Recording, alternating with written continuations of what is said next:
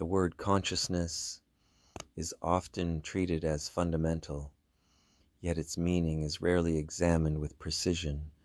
It is used to describe awareness, identity, perception, and existence, but these uses conflict. In most frameworks, consciousness is positioned as the center from which everything is known. This creates a separation between an observer and what is observed. From this starting point, the so-called hard problem of consciousness appears.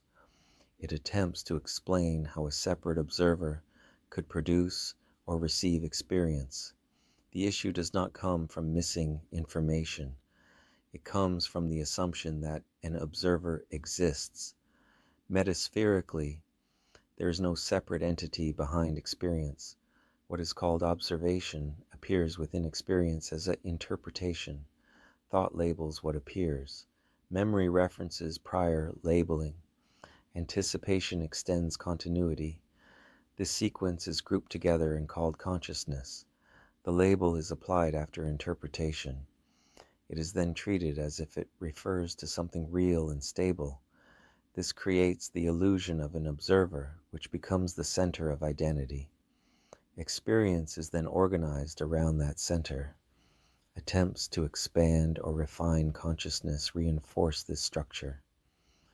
Practices aimed at raising awareness or developing perception continue the assumption that consciousness is something that can be improved. The structure is never questioned. Through a metaspherical lens, consciousness is not an entity or container. It is a description of interpretive activity. When interpretation is active, the sense of an observer appears. When interpretation discharges, the need for an observer is no longer present. Surrender, allow, be does not attempt to refine consciousness. Surrender is the end of control. Allow is the absence of resistance.